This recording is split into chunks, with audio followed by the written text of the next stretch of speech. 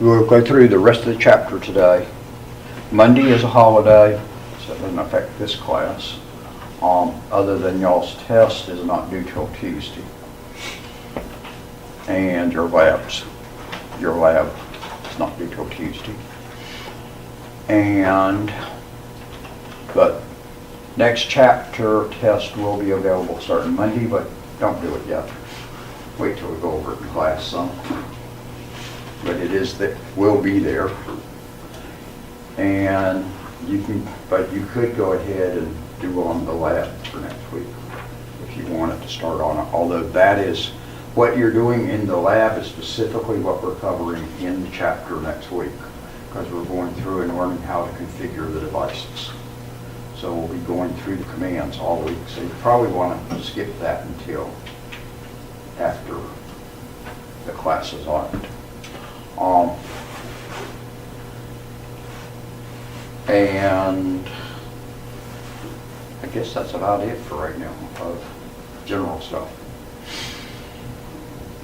So we've got just a few things to cover through the rest of the chapter, so we'll go on through and then y'all get out.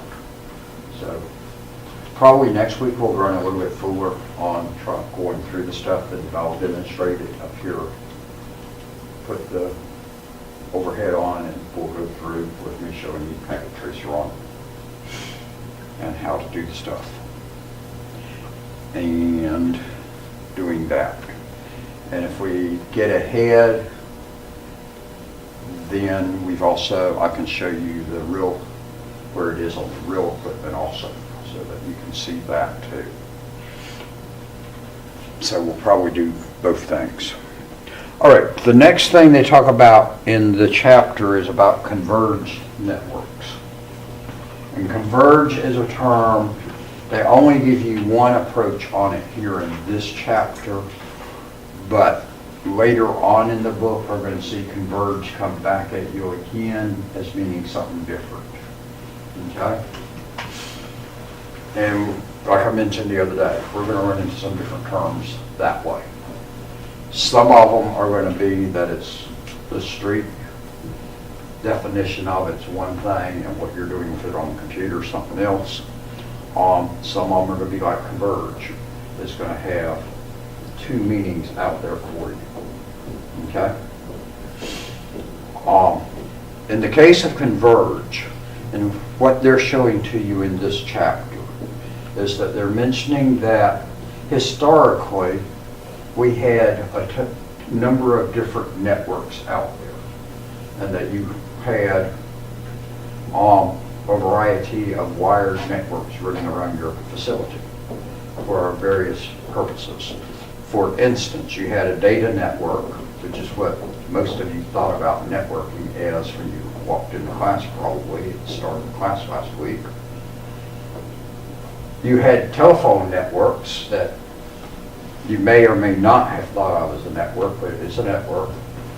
And that, say you had all of that telephone information running around with all of the wires for the computers sitting in the building, plus wires for the telephone stuff.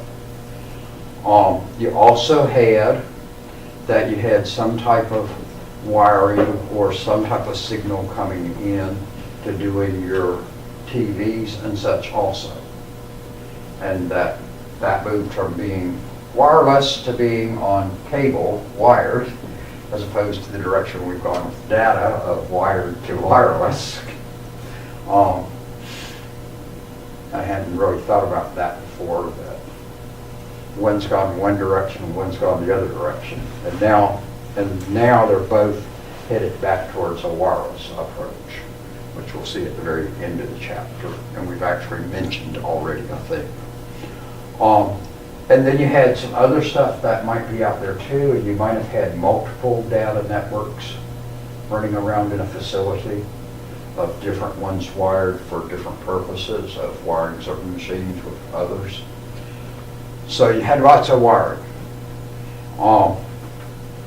And over the last so many years, if you were going to start wiring a new facility, I would have told you that when you wired it in for telephone and for data, to that, and that you were still running separate wiring for them both, to run the same type wiring for both of them.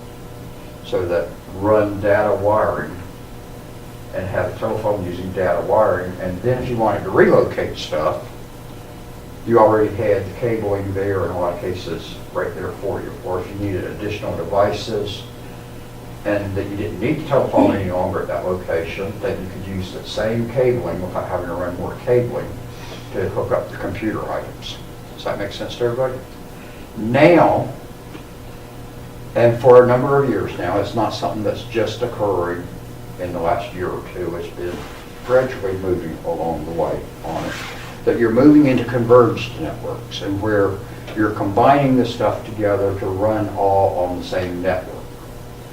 A big one that you've seen a lot about is putting using telephone across your data connection with voice over IP. That's what we have done here at the college a few years ago. It's probably been more like 6 or 7 years at least now on it.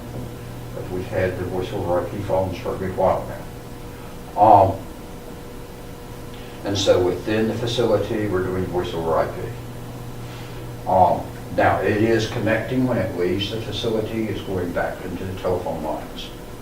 As opposed to you could do voice over IP in other cases of where you're purely doing a voice over IP and only connecting out if you need to get out to a landline where you're calling to. But otherwise doing voice over IP from place to place. But here, it's voice over IP within the college, but it goes to landline going outside the college. Is that kind of like how Wi-Fi calling works? Like if you have Wi-Fi calling on your phone? Because like if you're calling through the Yeah, internet to the phone. because you're doing the same thing there where you're putting it across on the data network and then connecting out with some party of facility on it, whether it be like with a Vonage type approach or the Yellow Jacket connection is using the same type approach on it. You're doing data over onto the regular traditional line to it. Vonage staying with them on data unless it went to a number that was not a voice over IP anywhere on the network and that it went outside. Does that answer what you were asking? Yeah. I was just trying to get it. So it's, and then like when you're doing your cellular, you're doing a combination on it anyway, because you're running across the same place they're running data to you also. Because you're running data on that same wireless channel, or you could be doing it through Wi-Fi, but you're doing it through the cell tower, but you could be doing your data through the cell tower on just that cell signal. Does that make sense? So that's a converged network at that point. Although it works a lot better for you that if you've got a Wi-Fi connection, go with the Wi-Fi for the data and that you're using the cellular for the phone part. And doesn't kill your battery quite as quick either, because it's not pulling all on that. And also, if you're on one of the plans where you got to pay for stuff, it cuts you out on having to pay for that data part, because then you're using the data off the Wi-Fi. But in some cases, you need to use the data from the cellular to connect back through. And that depends, and how it works just will vary in how you roll from place to place. So that my phone is connecting onto actually the guests that work here at school normally. Because there is faculty network that are supposed to run faster and stuff, just like there's a student network that's supposed to run faster and have wider capabilities. But I've had the hardest time trying to connect to the faculty network. That's with this, when we went to the single log on, that it just doesn't seem to work a whole lot for me. So I can connect to the guest for no problem, and I'm not using the phone a lot for data anyway, so it's not a big problem. That I'm just using it a little bit to check things at times. But then, like at when I'm at my apartment, I've got AC Wi-Fi there, so I've got the 2 channels running on it, of the 5 and the 2 gigahertz ones on it, and if you're close to the thing, it runs at 5 versus if I move further away, get further away in the apartment, it switches down to the 2, and I've got the phone set up to do that. And so I get better on it right there. So if I'm sitting upstairs in my bedroom, then I get a good signal on it then. And that's probably where I'm going to do more data on it, because I don't have a computer sitting there. Here at school, I've got a computer sitting right there in front of me on the desk. Although sometimes I do want to check it when I'm walking down the hall or something for it. So it just rolls in and out from place to place as it goes. All right, so with the converged, you're putting stuff all on the same thing.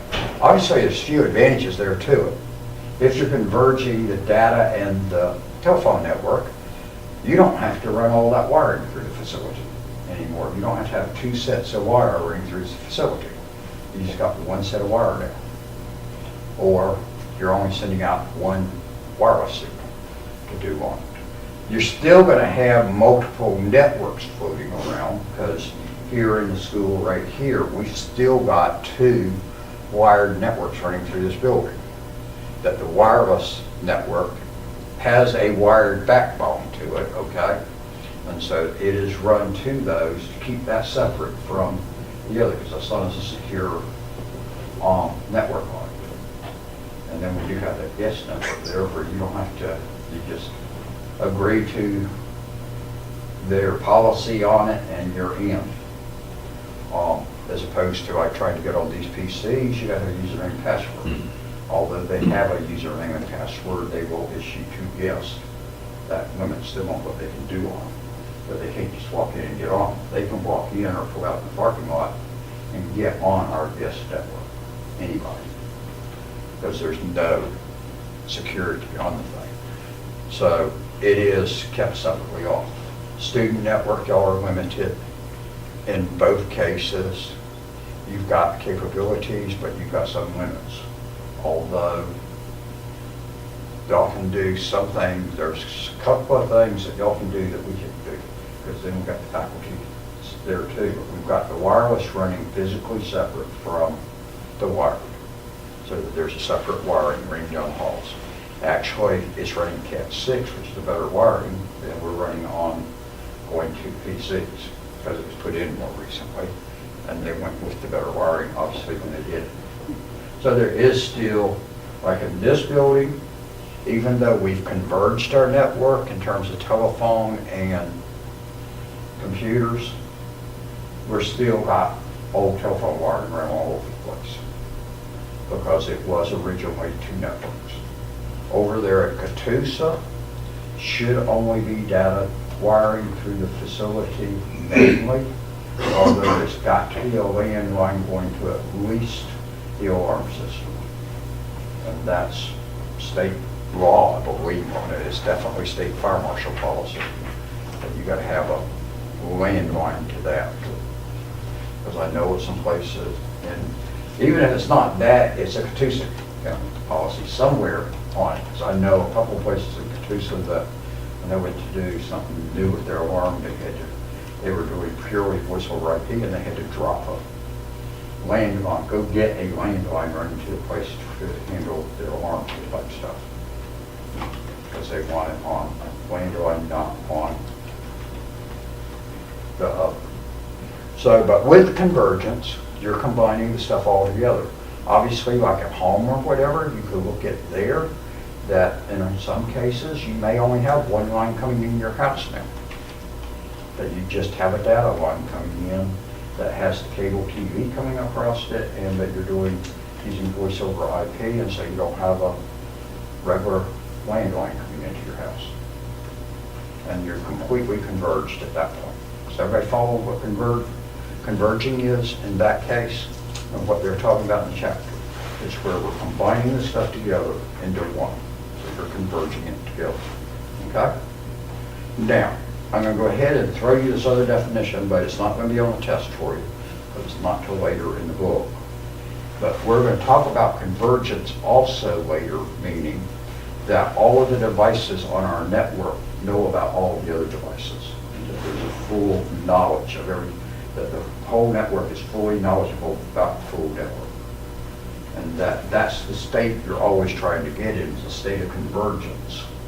And that if he all the same way unplugs his computer from the network or turns it off, so it's no longer on the network, our network will be out of convergence temporarily, because all of the other devices still think that one's sitting there, until they learn that's not there anymore, and that can take a couple of minutes of them, because it's not going to send out a signal.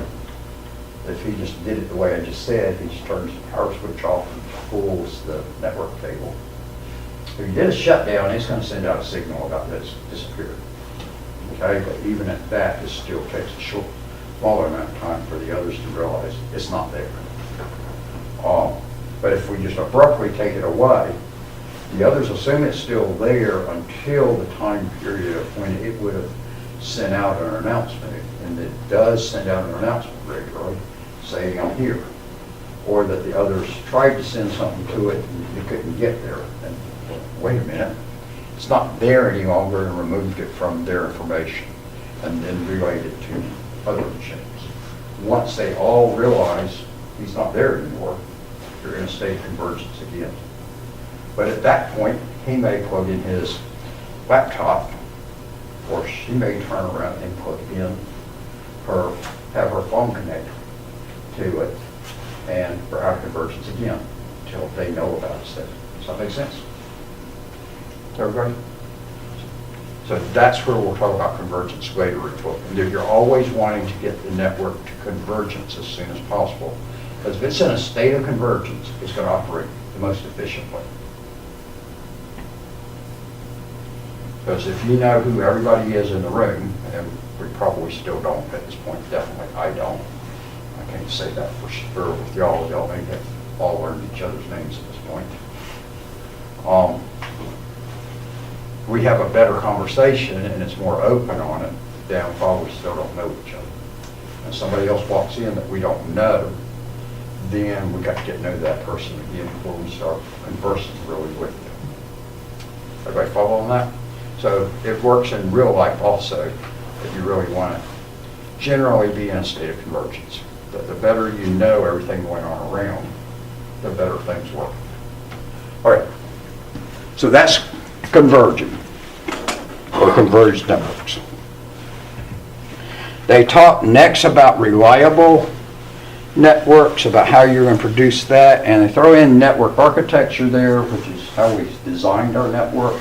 And then they throw you 4 terms of things that will, 4 basic characteristics of the underlying architecture, of the architecture of it that makes it the network like we want it to be, and that you're wanting it to be.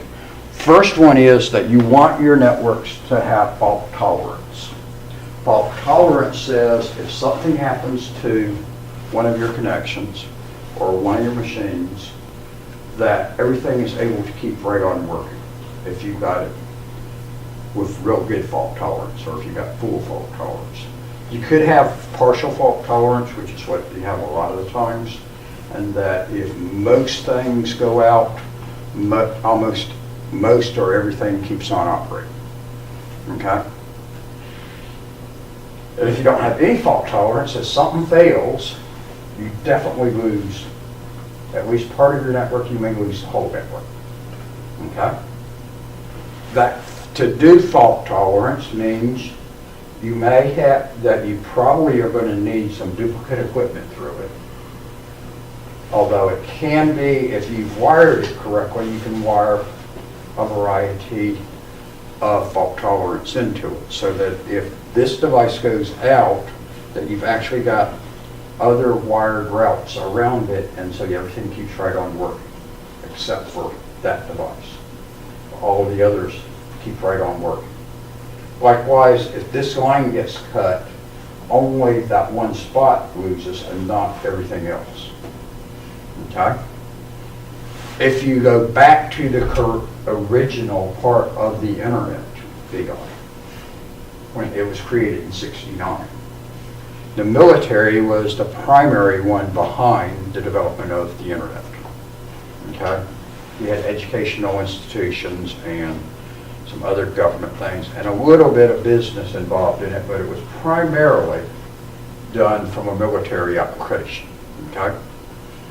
And you've had a lot of other things come from the same direction that it came off of DARPA, which is the Department of Advanced Research and Projects Agency, which is part of the Pentagon, and it has developed a lot of technology things we do. They put money into there to doing new, totally different research. Between DARPA and Palo Alto, research that was part of HP, that, not HP, but Xerox, that between those two things, most everything you're using about computers has come from one or the other. Xerox didn't know how in the world to go and market stuff they developed. Your mouse was developed by Xerox. Bill Gates and Steve Jobs went and saw it at the Alto Research Labs. Went back and developed it and put it out into their own stuff, and took it from there. Your graphical user interface created by the same lab. Okay? Your laser printers came out of the same place. Those people sitting there in California, outside of San Jose, came up with the concept of it. You would have at least thought that one Xerox would have taken off and gone to town with, since it's a copier company. And that they couldn't even figure out how to go and market real well with. HP's the one that figured out where to go with that one. And then everybody else has jumped on the bandwagon.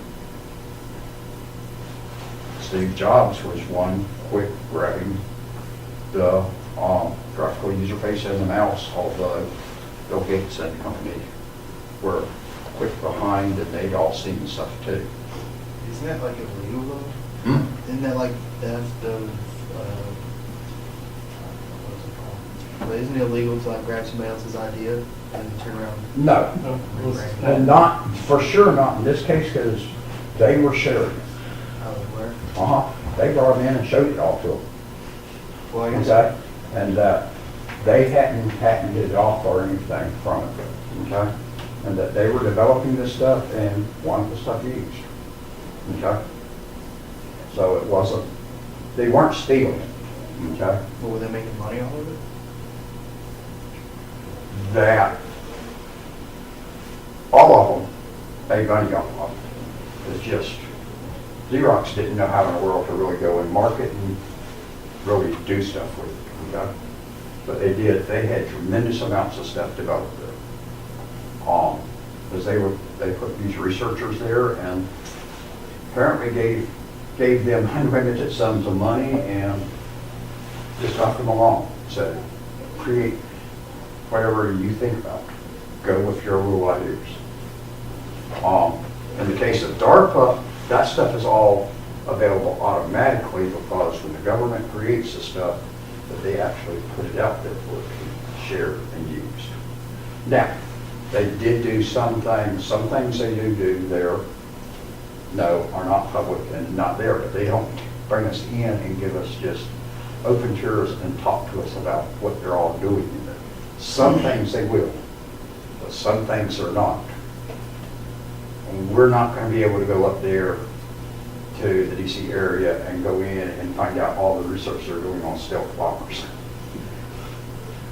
They're not going to give that away.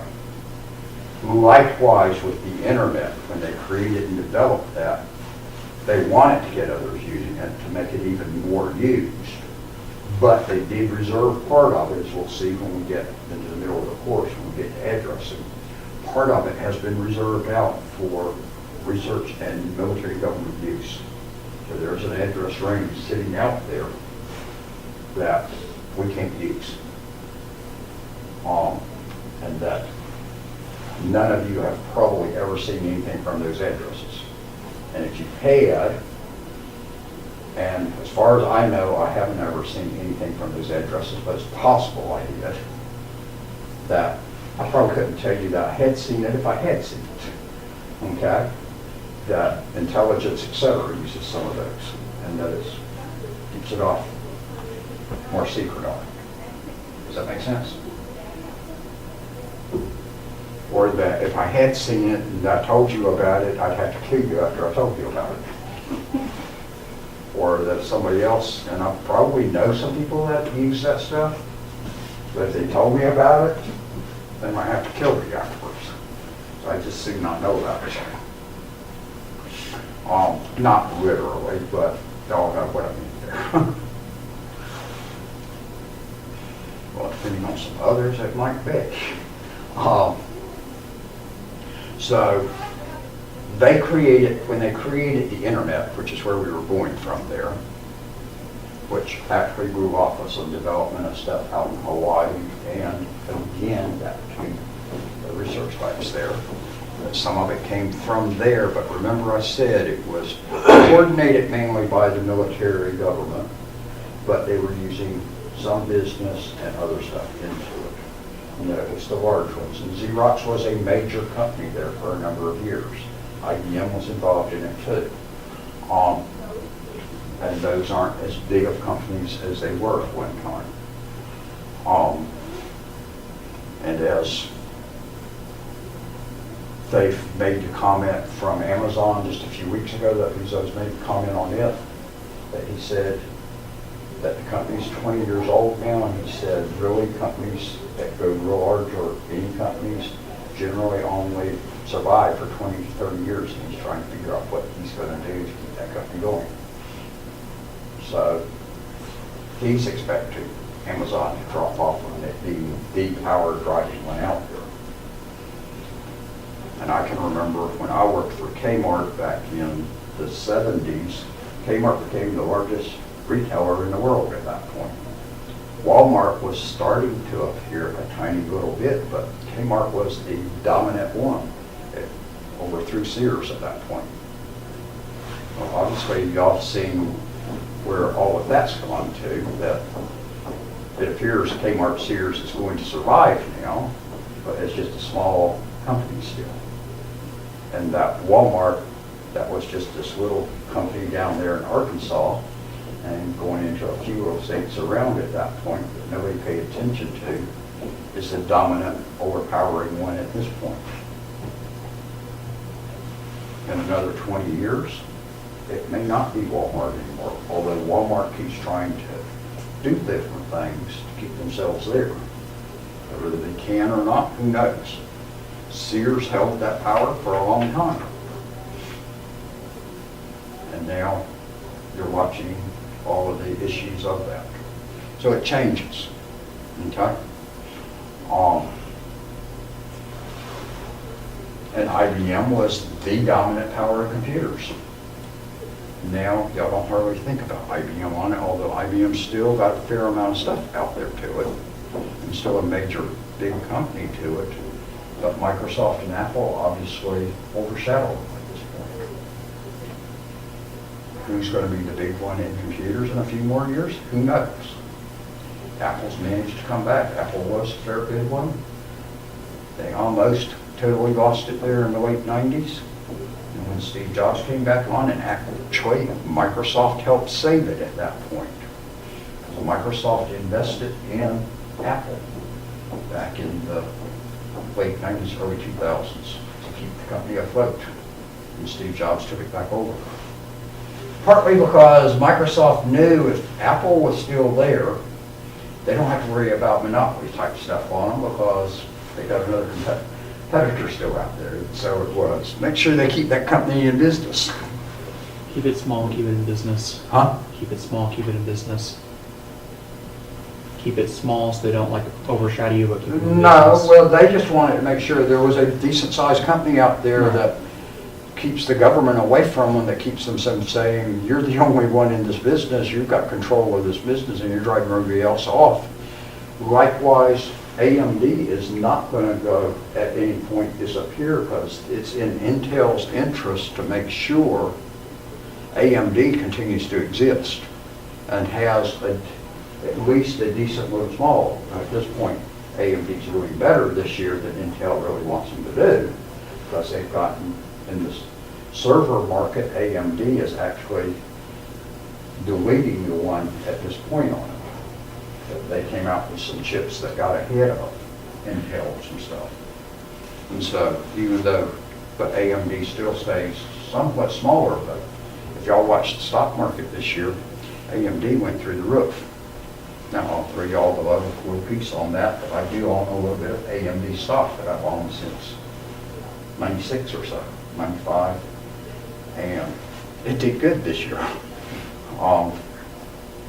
Was really doing good, and August has dropped back off a little, but it still was up like 25% last year or something.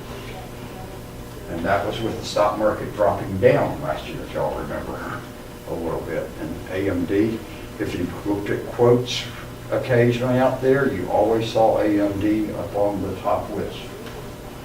It's still sitting pretty good. Now, where it'll go from here, we'll wait and see. I don't own a whole bunch in it, but I invested a little in it way back then. I also own a little tiny bit of Cisco stock, but we're only talking a couple of $1,000 in each of them. Actually, Cisco back in 2000, I did. When it went through the roof in the .com run up and everything, it did get a reading worth about $40,000 or $50,000, but then it dropped back off again, so it's not nearly that anymore. But I only put a few thousand in. I'm one that tends to use the Warren Buffett method of investing, that I put the money in there, and it's in there for a long term. Because when he buys stock in companies, he's not looking to sell it for a long time period. His approach is buy it and stay with it. He's for sure not, and I'm for sure not one of these, I can't remember the term you use on it, but the ones that buy stock and sell it 5 seconds later, which was real big back in the early 2000s, but you still got a good bit of it out there. And it's also drove some people crazy. And had one go and shoot up people one day over it in Atlanta. So with the internet, when they designed it, the idea was it was a military concept to it, which was they wanted a 100% fault-tolerant network out there. So, and these are two examples that if you talk to those people, they would almost always give you as an example of it. If, and this was a 69, so it was USSR and not Russia back then. Russia was just a part of the USSR. If the USSR bombed Washington, D.C., or bombed Omaha, Nebraska, both major significant military targets in the United States, and took those out, they wanted it where all the rest of the military stays in communication and would be able to fight back against the USSR or some other aggressor. Y'all follow on that? And that's what they built there. And initially it was fully fault tolerant. Every site was connected with every other site. It's not anymore, but it's still highly fault tolerant. We don't have connections from GNTC to every other network in the country, but we do have probably a couple of connections going out from GNTC, and for sure once it connects to the internet, there's multiple spots going from that place, from where Parker Communications connects us out into the network. And Parker was the one I was trying to think about the other day that ran fiber line for us. I don't know where that just came from just then. Because they are a higher level ISP. They don't sell service to individuals, but they provide service to the ISPs that sell it to us. Then, and that's what they built there.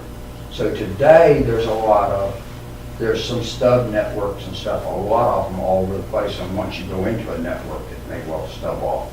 and that there's not multiple connections out on it, but there may well be multiple on it. The idea being just what I just said, not the rest of the world caught on to that concept. Both Iraqi wars, and real big on the first one. The very first thing we did in both wars was we did an extensive bombing attack on Baghdad. It was being called shock and awe in both cases. There was a major incentive of what they were doing right there. It wasn't just to scare people in Baghdad and mess them up. It was really to take out the communication centers in Baghdad. Because the way they had it set over there was the old way, not what we had done with the internet. And all of their communication of their units had to go through that communication center or a couple of communication centers in Baghdad. And if you took that out, that meant all of the troops out in the field everywhere had no communications back to Baghdad and knew what to do.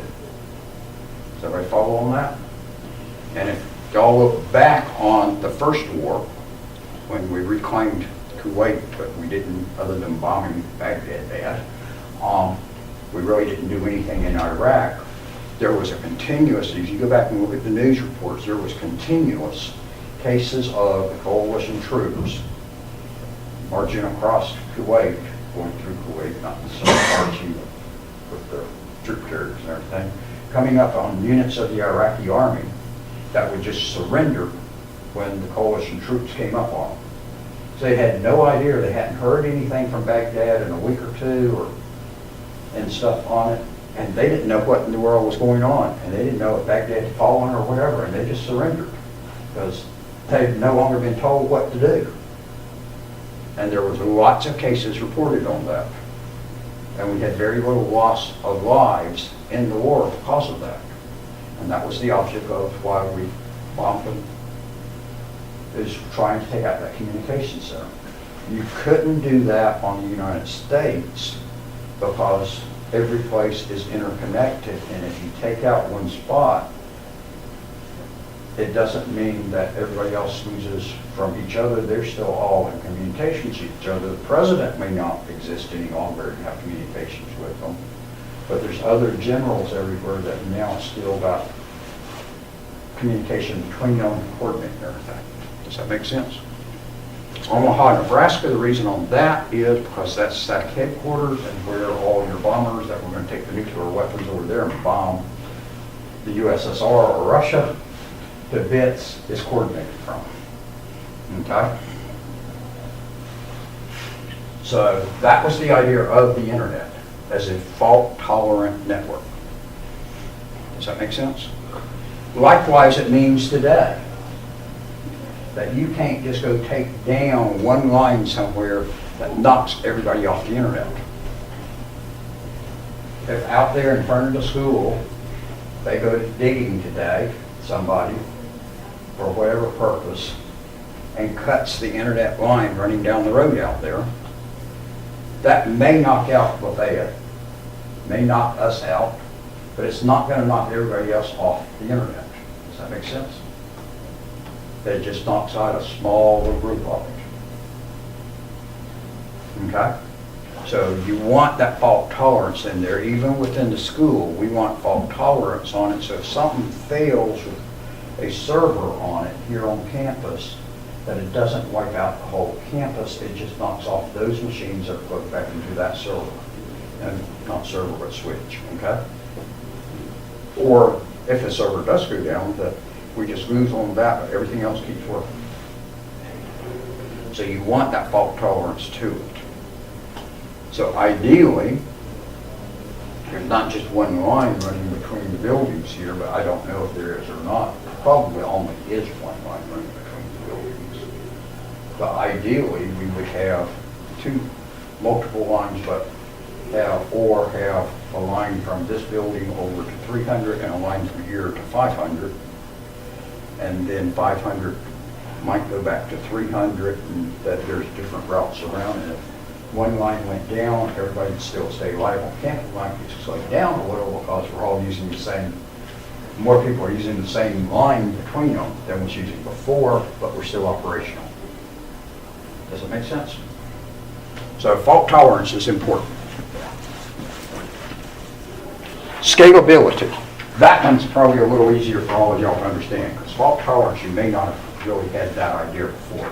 But you see that also out there, the power companies are trying to do that with electricity, so that if a line falls on the power line somewhere, ideally, it's just a small number of people gets knocked out by it, and not a large number, because it feeds into another direction to a number of people there, and not just that one feed coming along. Although apparently Lafayette only has about one major line going into it, because twice in the last couple of years they've dropped a line that they said was their major feed, and we sat for hours overnight with no power while they had to get this major line re-put up and knocked out most of the city. So apparently they don't have fault tolerance fully into there, although a lot of places you do, and so that you're only going to lose a couple of watts in a neighborhood when a wire goes down, not a whole big time. And that's with the grid, et cetera. All right, with, I forget the word I was on next, scalability. With scalability, it just says your network should be built to grow. You don't want to build a network designed just for what you need today. Does that make sense? Because if we had built the network purely to just support the machines we know are in this building, when we built this building 15 years ago, whenever it was, somewhere more than 12, just a couple more than 12, but I'm not exactly sure, because that's when I got here. That they should have designed everything in terms of it so we can put more equipment in here. Okay? Because there's additional needs. It was easy enough for them to run additional wiring and drop the access points of the wireless in here. And they didn't have to go through and reconfigure what all the addressing was for the whole campus just to add the wireless that it was. They had spots they could add that onto the numbering they already had. Likewise, when you go and get your switches to hook up everything, you don't want to be using every port on that switch, because, all right, we may think today that we know what everything is and all the devices anybody would plug into this network. But in 2 or 3 years, do you really know anymore? There's going to be some stuff out there that we're not even thinking about today that we're probably going to be using. And with the Internet of Things, it can be anything. So after all, you can go buy your refrigerator now that connects to the Internet. That will tell you that you need milk. Okay? And that you can get the light bulbs so that you can tell Alexa to raise or lower the lights, or you can get it on your phone because you got to school and realized you forgot to turn the light off in the bedroom and turn the light off in your bedroom. Or turn the oven off. Or turn the oven on, so that when you go to leave work in the afternoon, you can tell the oven to come on, that you left the casserole in that morning. And so when you walk in the house, that you got a fresh, hot casserole ready to pull out of the oven and set on the table and eat, instead of having to wait 30 minutes for it to cook after you got it put into the oven. Y'all got the concept there? You've also got the ability to use the Ring doorbell or the other brands, and where right now, if somebody was to walk up to my door, if I had one of those, I could actually see who's at the door and speak to them from here at school without having to be there, and they don't know I'm not sitting there in the apartment at that point. Keep them from breaking in. Okay? Does that all make sense to y'all? So you want to make it scalable. You want to allow for growth. Just like now, that Ring app will share with your neighbors. That's the newest thing. Mm-hmm. Share with the whole neighborhood what's on your camera. And so you can watch things. When I took my Internet of Things class last summer, out in Dallas, and we were hooking up all that types of equipment and seeing how it all worked. The guy that I was paired with had a Ring doorbell on his house, and the instructor in the class did too. One of them was from Nebraska, and we're sitting outside of Dallas taking the class, and one of them was California, if I remember, or Oregon or something, somewhere out there on the West Coast. Both of them demonstrated to us where we could actually look and see what was going on in their front yard. One of them went into a panic because he discovered his front door was wide open. Finally, after a couple of minutes, it turned out that his wife was taking stuff in and out of the house. But he really did go into a panic on it when he pulled it up on there and realized the door stayed open. So you can do some neat things off that. I guess you might want to call it neat, but you can give somebody a heart attack too from a remote location. Okay, but we could sit there. The guy I was working with was actually an instructor. That's the one that discovered the whole front door open. The guy I was working with, his wife walked up to the door while we were sitting there, and he spoke to her and scared her to death. All of a sudden, when he spoke to her, and that she wasn't thinking at all about what that doorbell could do, because he said she's not a tech person anyway, and that he's talking to her, and like he's right there and seeing her. Well, he and I were seeing her, because we were both looking at her on his cell phone on the camera, and it was like he was there. Once she got calmed back down but she knew he was supposed to be in Dallas, Texas. It sure sounded like he was right there at home that day. So you can it can make some neat things off of it. And that we looked at there where you could set up your controllable thermostats, that we could set all of that stuff, that we had a ceiling fan set up in it where you could turn that on and off. You could set your music systems. Amazon demonstrated to me last fall when I went to their conference in Atlanta that they had one of these nice little camper trailers sitting there that was completely all inside of controlled by Alexa. And you could tell Alexa to put the bed back up into the wall, tell Alexa to raise and lower the blinds, that they went, Alexa, we're ready to go to bed. And Alexa lowered the blinds and turned the lights on for the night. Turned the dishwasher on when they said to turn the dishwasher on, and had complete control the temperature. Alexa, it's cold in here. And Alexa adjusted the thermostat. And that you can do that with those thermostats from another location too, that you can go, oh, we've gone for the weekend and we forgot to lower the thermostat. And we don't want it to be, at this time of the year, running full blast heat. We want to lower the thermostat on down to 60 or so. Everything will be safe in the place, but we don't get it full warm like we were in the house. Or in the summer, raise it up so that we're not using all our money on the air conditioning bill for nobody there, but keeping it still where nothing's going to go bad in the place. So scalability is important because all of these things are coming on now. And who knows what's the next things we're going to connect.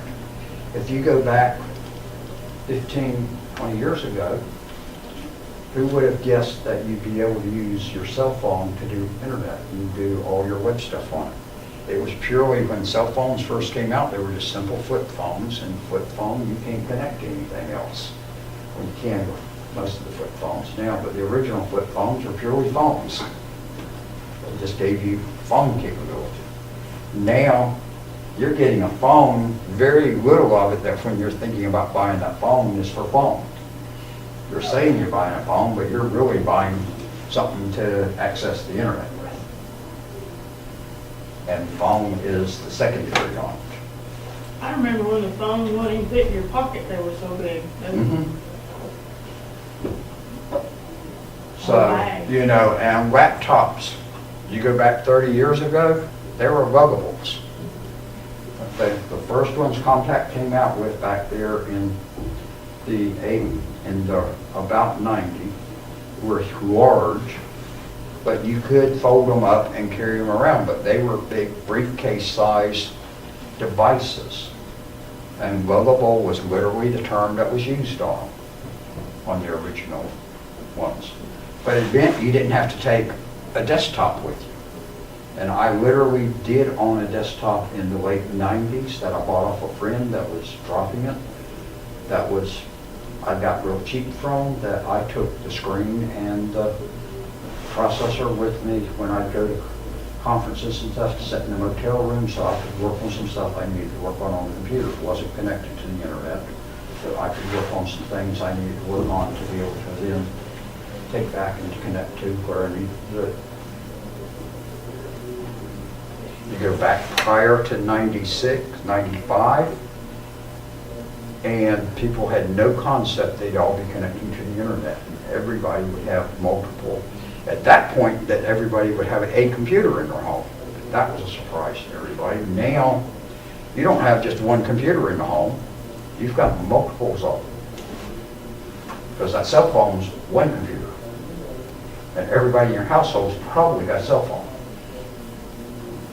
You've probably got just about a computer for at least several other people in the household, if not everybody having their own computer also. Whether it be a laptop or a desktop that they got, or a tablet that they're using there. And it's not that long ago we put those in. Because when I first got my first computer at home, actually the first one I bought was in '81. And nobody else I knew had a computer at home. And that thing had 16K of memory. And I bought it at that point for $1,000 because it had an external hard. It actually had a floppy drive connected to it, because PCs before that point, everything used cassette tapes. And cassette tapes were not a very good storage medium. Because you go to use that cassette tape, try to read stuff off of it, and if the tape moved at all, it misread, because it was putting 8 or 9 dots in a row on each spot on it, and if the tape had a slight up or down movement, guess what? It didn't pick up the 8 or 9 dots correctly. And cassette tape was a neat little concept to use there, and a cheap and an easy way to start with. But when they went to doing diskettes there for it, I went, that's the way to really do the storage job. And then hard drives started arriving right after that for PCs. And the original hard drives were 5 meg. Okay? And the question was back then in '82 when those came out, was what in the world will you ever use a full, would you use the entire 5 or 10 meg hard drive that places were getting? Now y'all can't even, we can't even put one picture that we took on our cell phone onto that 5 meg hard drive, because our picture's bigger than that. So you got to plan for growth. That things are going to grow, and things we're going to put onto the network are things you haven't even thought about today. There's all kinds of devices for the body that are coming along now. Okay? And hooking up medical devices on you, etc. to it. And doing an internet connection that if you had a pacemaker, to have that be able to be accessed through there. Big concerns on a lot of that is security. Because guess what? If I've got a pacemaker on me and you've got that ability, that means you could hack it and go, all right, either you pay me some amount of money or I'm going to kill you.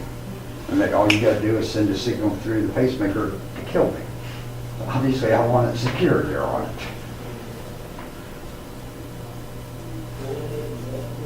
And I don't have a pacemaker, so erase that thought from my mind that we're sitting there thinking, oh, I can get rid of him now or force him to give me an A in the class. No, you can't.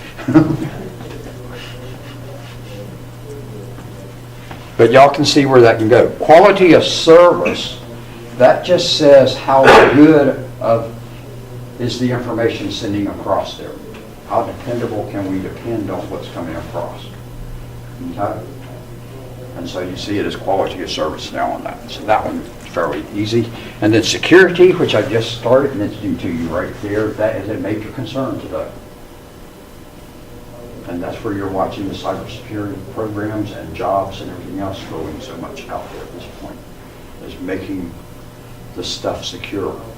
And we saw within the last year or two where you had a major virus attack on stuff and ended up denial of service type attack coming off of the fact that most of these Internet of Things devices have absolutely no security on them. And they planted their bots out on all of these little Internet of Things to go and then send out signals at certain points to shut down networks and everything the other year. I can't think of the name of that attack on it at the moment.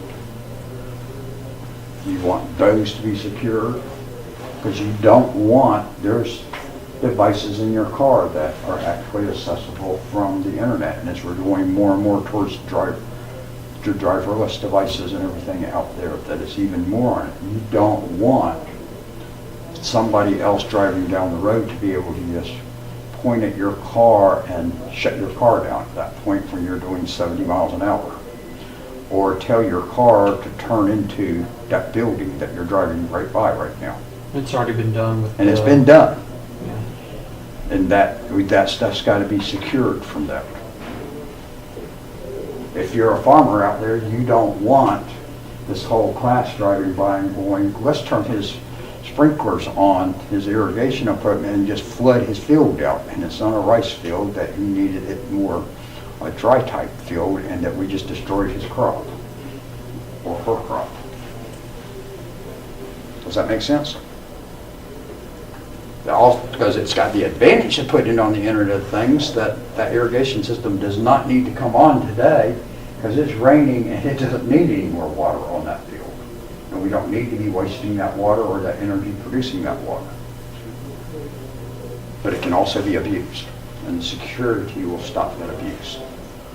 And it's learning trying to find out how to secure that stuff. All right.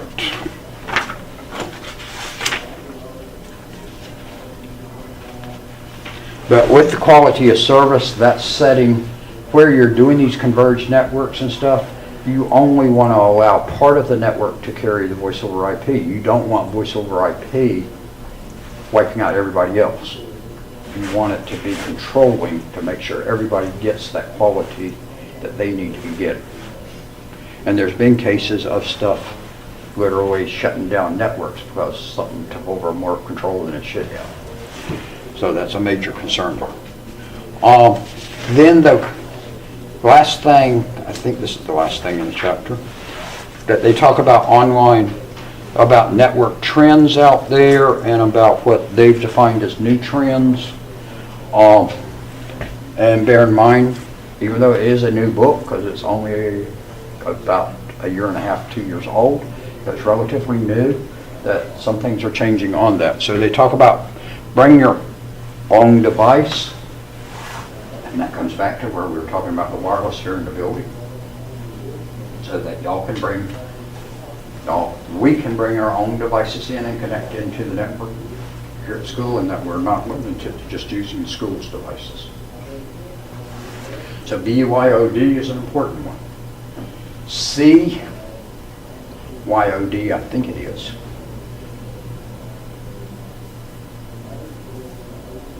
See something, it's something on the YODs, is where they provide you with a device, but you choose your own device from the choices that your organization has. That they have several different devices available to you, and you choose the one you want to use out of those, of what they'll supply to you. So instead of them issuing you an Android phone always, if the organization gave everyone a phone, they would allow you to choose to either use the latest Android phone or a little older one, or use an iPhone or whatever, that you choose one of those.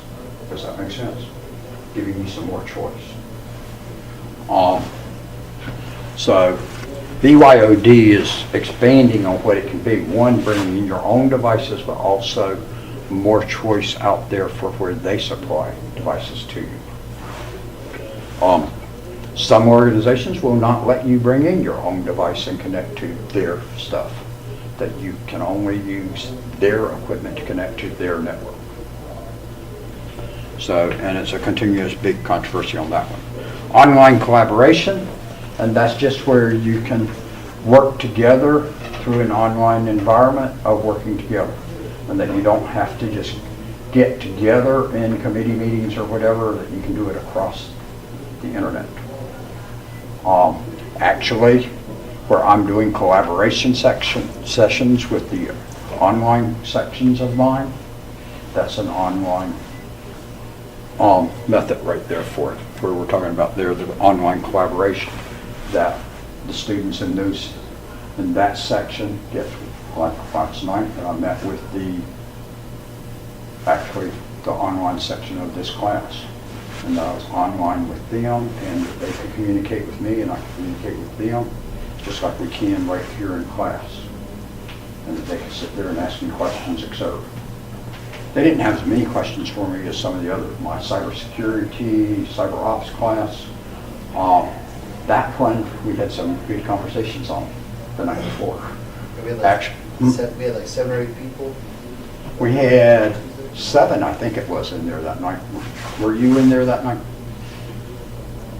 And that's the biggest I've had of any of the sessions. Usually I only have about 3 or 4 people in it. And that class, I actually ran 2 sessions, because I ran one in the afternoon and one in the evening, and had like 4 in the afternoon and 7 in the evening, and one person attended both of them and said he picked up information in both sessions, because I asked him after, because I made the comment in it about that he really didn't need to be there, because we were going to do basically the same thing. But afterwards he sent me an email and told me, I learned some more stuff in there tonight from you. So he thought it was well worth his while to listen to me twice in one day. Some of y'all are going, once every other day is enough listening to them. That he chose to do that and said he benefited from it. Students that have participated in those sessions from me, and you may disagree with it, I don't know, we'll see. Everyone that has told me on it, and a large number have told me, that they all feel it's very beneficial to them. And he's nodding in agreement Yeah, I with believe that. it is. And that they wished it was done more. Yeah, if it was done in all the online classes, had that interaction, it'd be a lot better. So I started it last semester, and all of those, I only had 3 or 4 people in a class, and that was even classes of 20 students.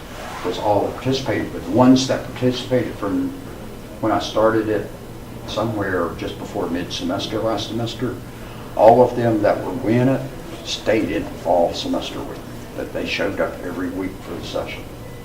Some of them skipped a week on it, but they were all still doing it when it came down to the end. It wasn't a case of they attended the first session and then never attended another session. They kept on coming, and it's not a requirement on them.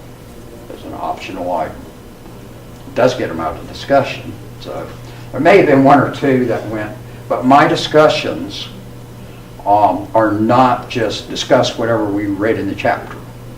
That they are something about something current out there occurring in the real world. This week was on, what do you think of, go and find out about where they're starting to implant chips in people. And what's your thoughts on that being done? And are you for it or against it? I haven't even really read on those, but I saw 1 or 2 of the comment, and it's interesting what people are writing on. And notice that's not, it's related to the class, but it's not something just the same, some boring little thing of tell me what you learned about in this chapter, and write a whole bunch of words about that. There's something else that's related that's interesting to people. Video communications, I think we sort of talked about that already, although not directly video, but we've talked about some others. But that also fits into what we were just talking about, because the way I set it up on that, they can see me, except last night. Unfortunately, I forgot to take, I guess last night did get to see me, but there was one of the sessions they didn't get to see me because I forgot the camera. It was yesterday afternoon's session, whichever class I was in then, because I forgot to take the webcam back over to the Tusa campus with me from home, because I'm doing most of these in the evening, so I had it at home. And I forgot I need to take that thing with me when I went over there yesterday because I had the session. I've got it with me today, so when I do my session for the class this afternoon, they'll be able to see me again. So it's video on it.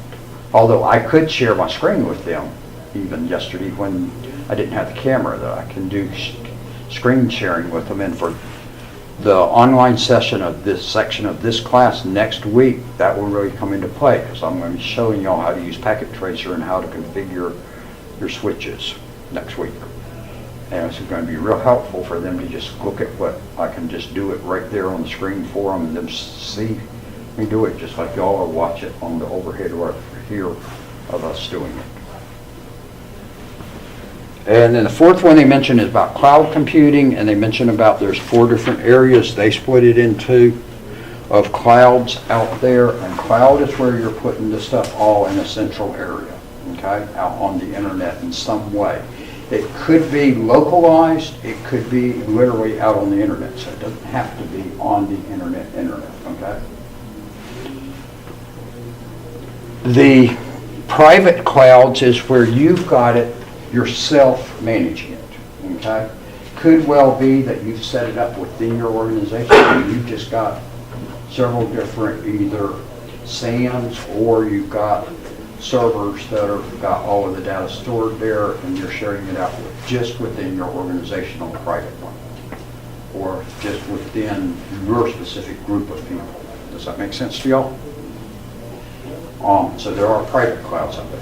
It could be a private cloud that is hosted on a public cloud, where you've got a space on AWS that you only let accessible by people in your organization, but you've used AWS as your hosting space for it. Your Netacad stuff is actually all hosted at AWS.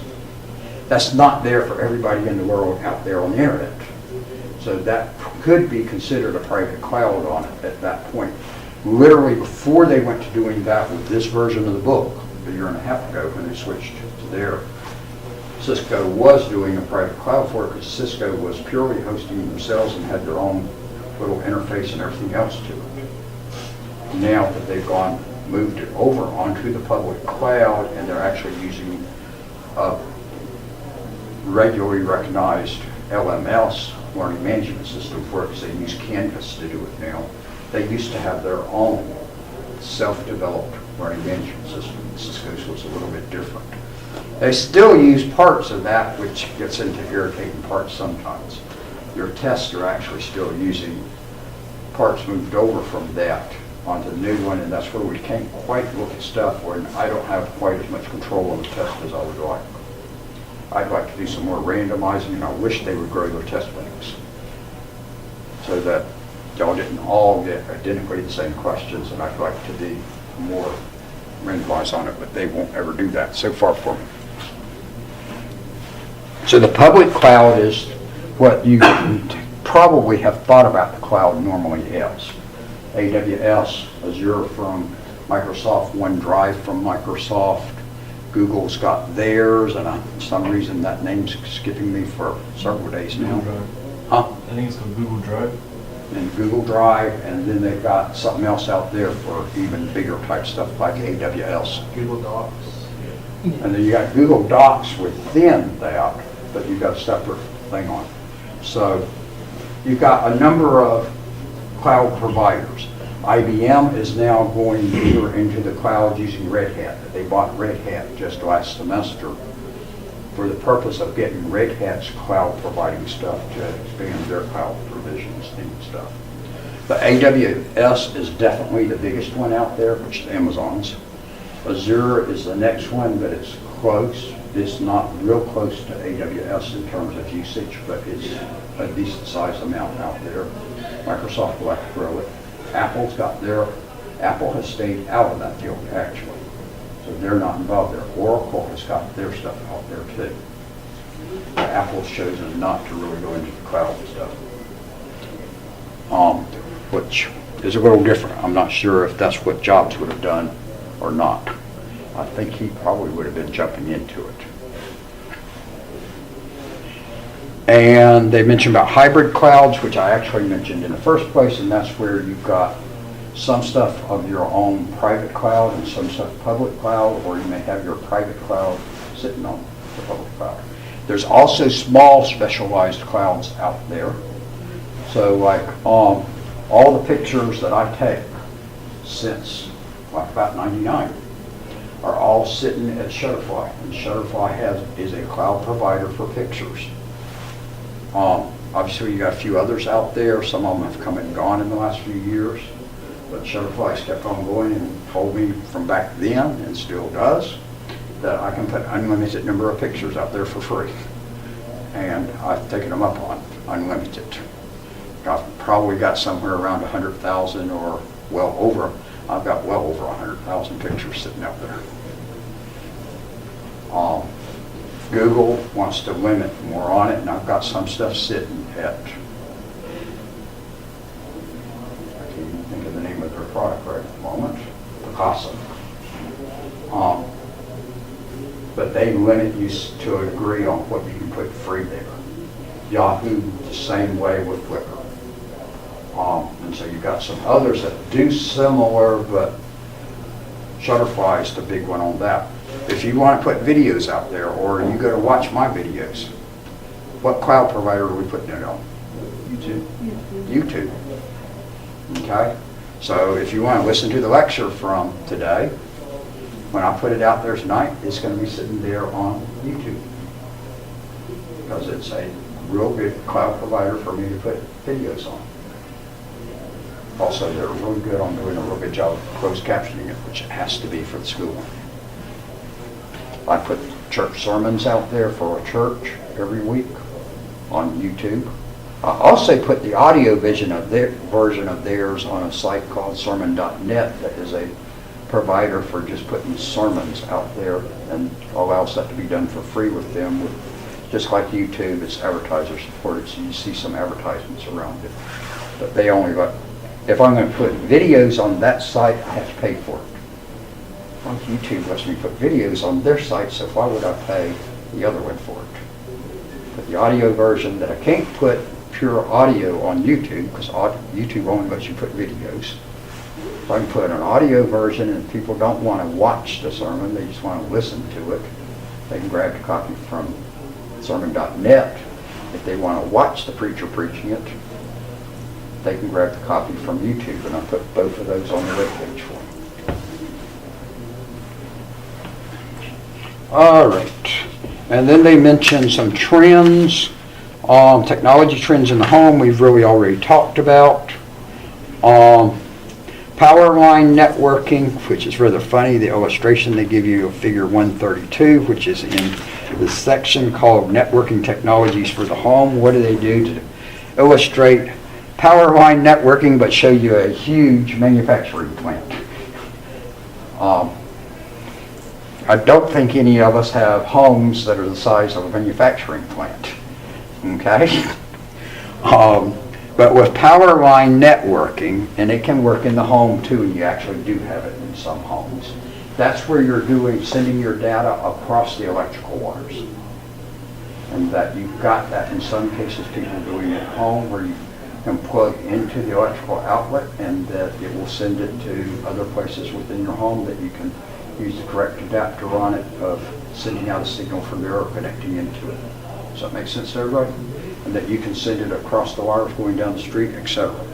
And that the power companies actually are sending data back and forth across those power lines anyway. That's partly how they can fix the lines as quickly as they do nowadays, that they don't have to wait for you to call and say the power line's down at your house and you have no power. They've got that they're listing on your meters and having data sent back from that data across the power line back to them, and that it tells them when all of a sudden they're not getting certain meters anymore, and that tells them, wait a minute, we've got a power line problem at this spot. It's also where PG&E out in California is in their major problems right now about that fire last fall, that they had gotten a signal there was a problem on it and they didn't follow up on it and apparently sparked the wildfire. That's the one that burned down Paradise. And they're saying they're going to probably file for bankruptcy at the end of this month because of it. And that they had gotten a signal back telling them there was a short on the line or something on terms of it that apparently was part of the cause of that fire. And so now they're responsible for billions of dollars worth of damage. But power line networking is another way that you could get networking. You've also got the very opposite of that. You can have power carried across your network so that we could have devices like some of our access points. I don't think we've got that in this building. I think they're all plugged back into the electrical outlets. But you've got access points available out there that you just plug the cable in with the Ethernet wiring in, and that it uses the power that's in that Ethernet cable to run the device.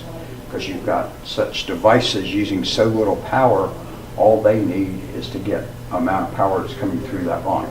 Does that make sense to y'all? Likewise, you can actually carry it across wirelessly. That one's the one that really amazes me. And so some of these devices, like we were talking about, the devices to control the irrigation field device, it doesn't have to have a power line run to it to tell on it that it can actually pick it up off a wireless signal in some cases.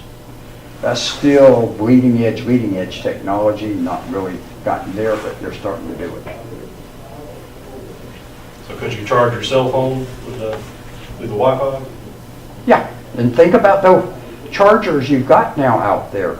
That you've got chargers, you don't have to plug the wire into it, that you just lay the phone up by that charger and it picks it up and charges your phone. So yes, definitely you'd be able to. Because think about that device of those chargers, that concept is different, that you're not plugging it straight in, it's just picking it up off of there and charging your phone.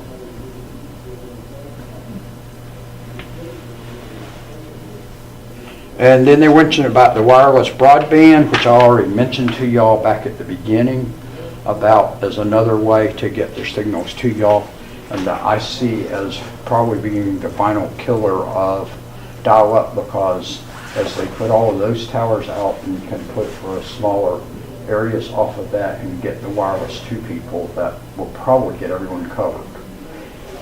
That associated with and combined with the 5G is they're having to put a lot more towers out, small towers, and sometimes not even a tower, to get the 5G signals all over the place. That they're going to need lots of relay places for that, and they could use the same thing to do your wireless broadband at that point.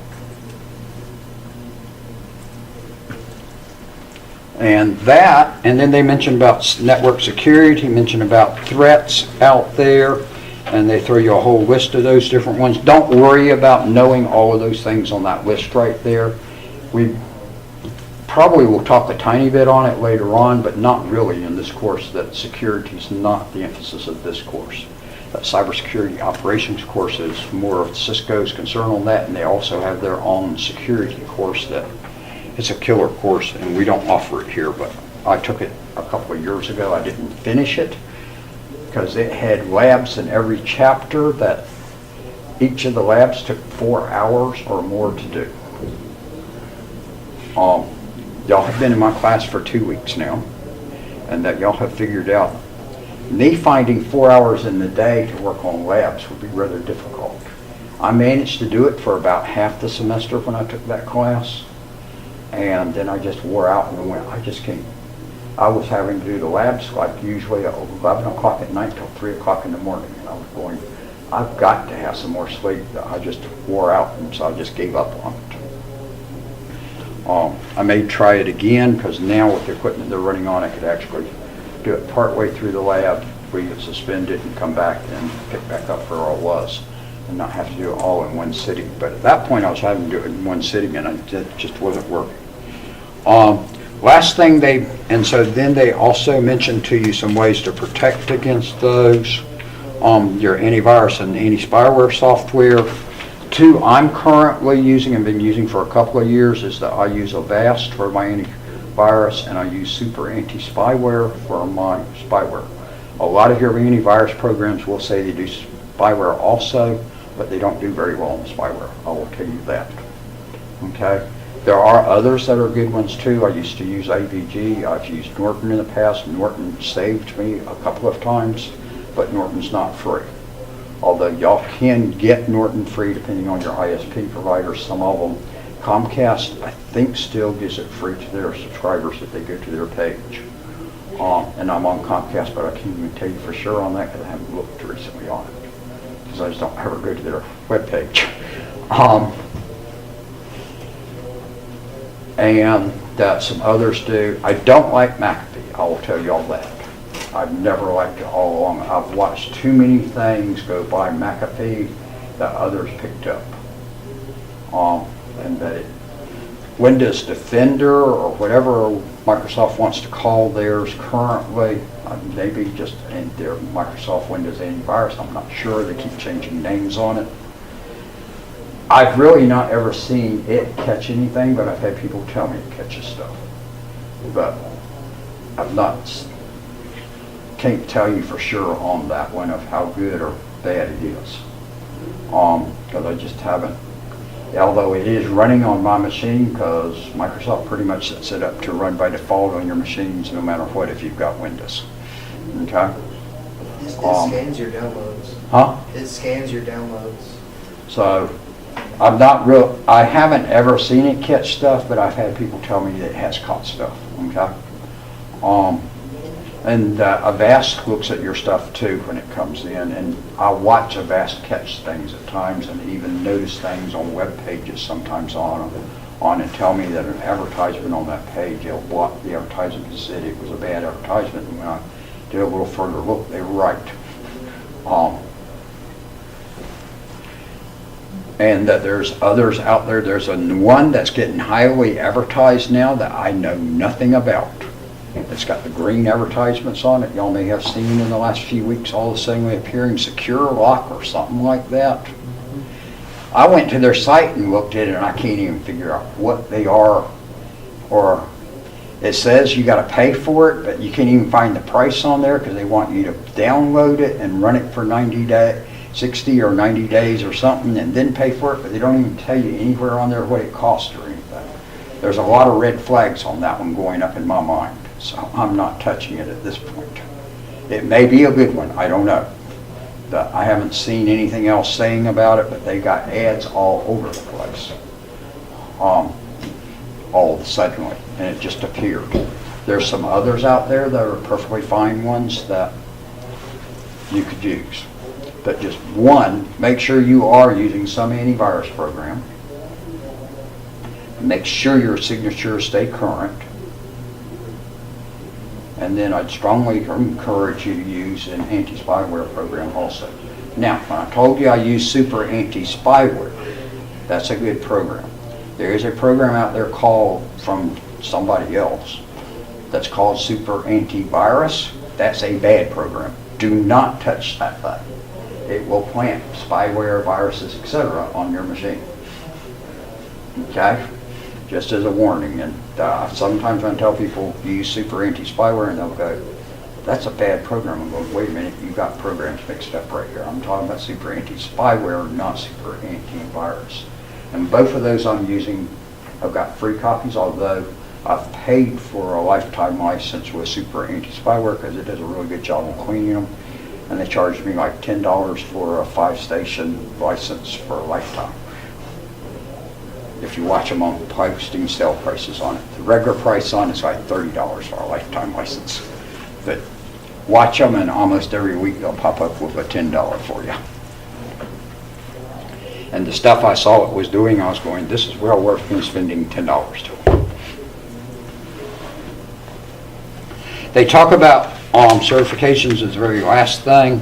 When you finish the second Cisco class, you've been prepared to take the CCENT and are supposed to know the materials on it. I have not done that test yet, but and it's their newest one, but it's been out probably about 7 or 8 years. I keep wanting to take it, but I just never had a chance to, because I want to do some review for it. And You actually get a practice test for it next semester, the second course. CCNA is what the 4 Cisco courses we teach prepare you for.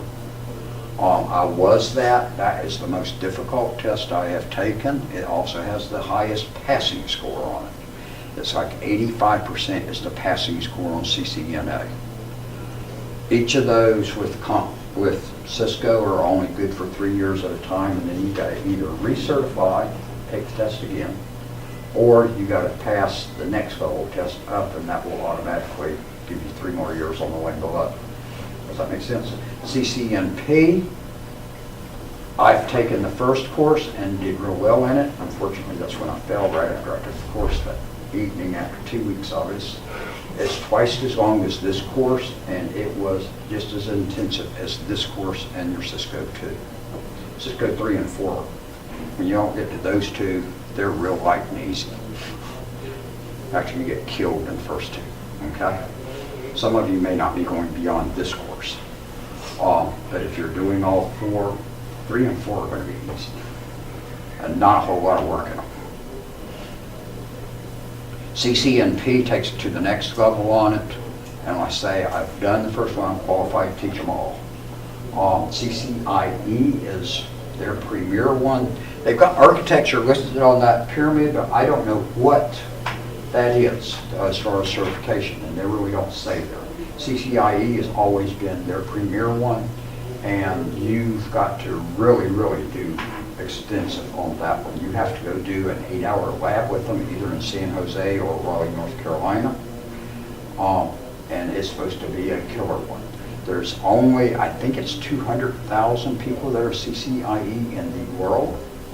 And basically, from what I've told of people that have gotten CCIE, that then they can go pick where they want to go work and tell them what they're going to get paid in terms of hundreds, and that's with an S, of thousands of dollars a year. Okay? At that point. And I do know a couple of people that either have CCIE or had CCIE and have let it expire. I had plenty of businesses have told me when I've talked with them that fact mine expired, that they're going, that's not a concern, if they were looking for somebody with a CCNA. There's some others that say it's got to be always current, but most of them have told me, you passed it one time, so we know you know that material. I took it when it expired, but I hadn't done anything with Cisco for a year. I hadn't taught it for a year, hadn't done anything with it. And I did a quick review, and the guy that was teaching for me then, that had started teaching Cisco for me, when I told him after I took the test, I made like an 83 on it and failed it. Think about that, an 83 on a test and it's failing, okay? Most of your certification tests, 70 is the passing score. And I made an 83. He said, you know, you missed it by one question. After he sat there and calculated it out, and I told him how many questions I had. And I went, I don't feel like trying to study this stuff again and go take it again, because I've had it. And I can still put it on my resume as that I have had it. CompTIA's certifications also now expire every 3 years, but they give you an option of attending seminars, etc., and classes to count as credit towards renewing it the next time around, and that, or taking the test again. So they've got some options for you. Microsoft, from what all I can tell, and I've got a number of them, is still on that they're a lifetime. When you get a Microsoft certification, it's a lifetime certification.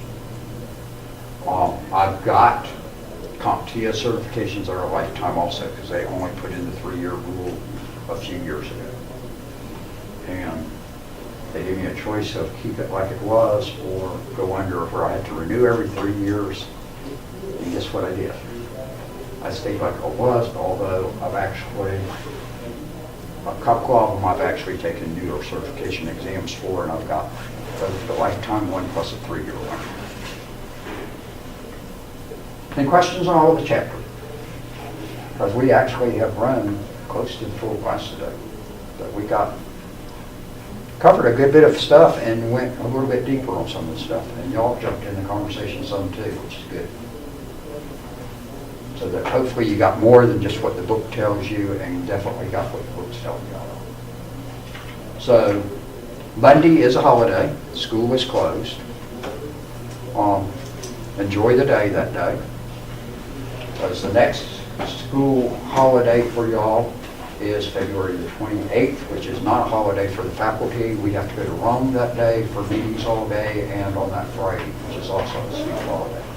So February 28th and March 1st will be student holidays. And then the next one for you is the first week of April, when we have spring break. And at that point, I'm probably going to take off at least a few days myself and go do something and not be here all week. But I'll probably still be online most days and check email and stuff. So even though I'm on leave sometimes, it doesn't mean I'm out of existence.